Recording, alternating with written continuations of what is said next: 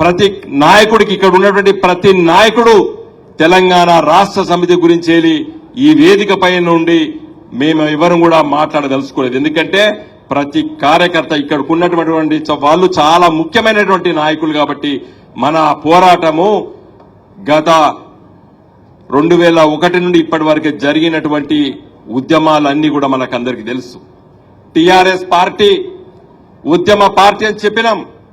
తెలంగాణ రాష్ట్ర ఏర్పాటుతోనే ఈ ఉద్యమము ముగించబడలేదు.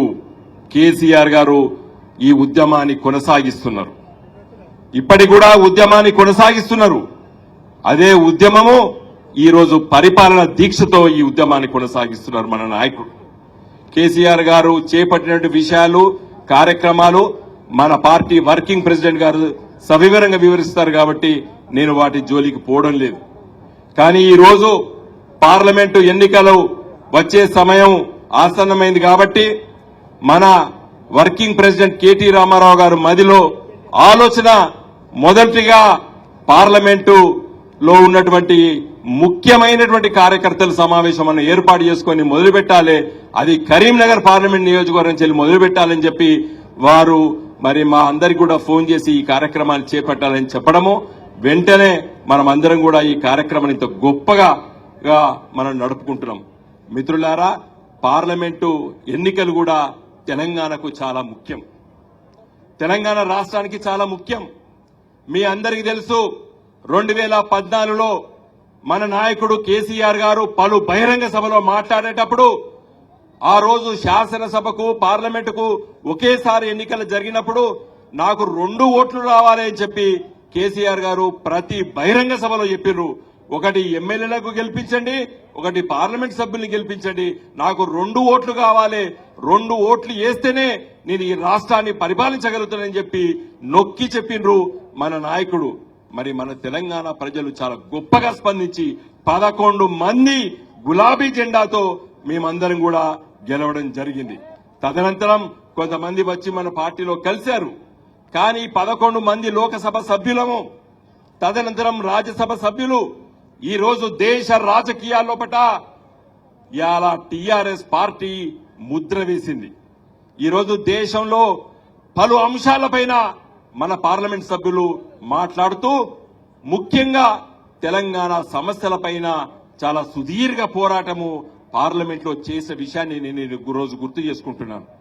పార్లమెంటు మోడీ గారు ప్రధానమంత్రిగా ప్రమాణ స్వీకారం చేసి పార్లమెంట్లో అడుగు పెట్టినప్పుడు ఆ తలుపు గేటు దగ్గర తల వంచి నమస్కారం చేసి అడుగు పెట్టిండు మోడీ గారు ప్రధానమంత్రిగా. లోకసభలో అడుగు పెట్టిన వెంటనే గర్జించింది తెలంగాణ రాష్ట్ర సమితి. మొదటి రోజు ప్రధానమంత్రి గారు పార్లమెంట్ లో అడుగు పెట్టిన వెంటనే నువ్వు పెద్ద అన్యాయం చేసినావు తెలంగాణ రాష్ట్రానికి, తెలంగాణ రాష్ట్రంకి ఉన్నటువంటి 7 మండలాలని నువ్వు మా దగ్గర నుండి తీసుకొని ఆంధ్రప్రదేశ్ రాష్ట్రంలో చంద్రబాబు నాయుడు చెబితే విని మాకు చెప్పకుండా మాకు తెలియకుండా ఆ 7 మండలాలను ఆర్డినెన్స్ రూపంలో తీసుకున్నామని చెప్పి పార్లమెంటు స్తంభింపజేసి 2 సార్లు అదే రోజు వాయిదా వేయబడ్డది పార్లమెంటు. మిత్రులారా, అదే స్ఫూర్తితోనే చాలా విషయాలపైన మన గులాబీ జెండా పార్లమెంట్ సభ్యులం వివిధ రూపాల్లో పడ్డ ఢిల్లీలో పోరాటం చేసేటువంటి విషయాలన్నీ కూడా మీరు పత్రికల ద్వారా టీవీల ద్వారా తెలుసుకున్నారు. కొన్నైతే కాంగ్రెస్ పార్టీ దివాలా కోరి విధానాల వల్ల, అనాలోచితం వల్ల, ఆంధ్రప్రదేశ్ రాష్ట్ర విభజన చట్టం స్పష్టంగా ఆలోచించకుండా వాళ్ళు పెట్టడం వల్ల కొన్ని ఇబ్బందులు మనకు రావడం జరిగింది. ప్రతి రాష్ట్రానికి ఒక హైకోర్టు ఉండాలని చెప్పి చట్టం చెప్తుంది, రాజ్యాంగం చెప్తుంది. మరి ఆంధ్రప్రదేశ్ రాష్ట్రానికి తెలంగాణ రాష్ట్రానికి 2 రాష్ట్రాలకి ఒక హైకోర్టు ఉంటది. అది హైదరాబాద్ లో ఉంటది. దాని పేరు high court of judicature at Hyderabad అని పెట్టి 2 రాష్ట్రాలకి ఉమ్మడి హైకోర్టు అని చెప్పడం జరిగింది. ఆ రోజు మనం అనుకున్నాం పాపం అక్కడ హైకోర్టు భవనాలు లేవు, వెంటనే వాళ్ళకు భవనం కష్టం కదా అని చెప్పి మేము అనుకున్నాం. కానీ దాని వెనుక కుట్ర ఉన్నటువంటి విషయం మాకు తర్వాత అర్థమైంది.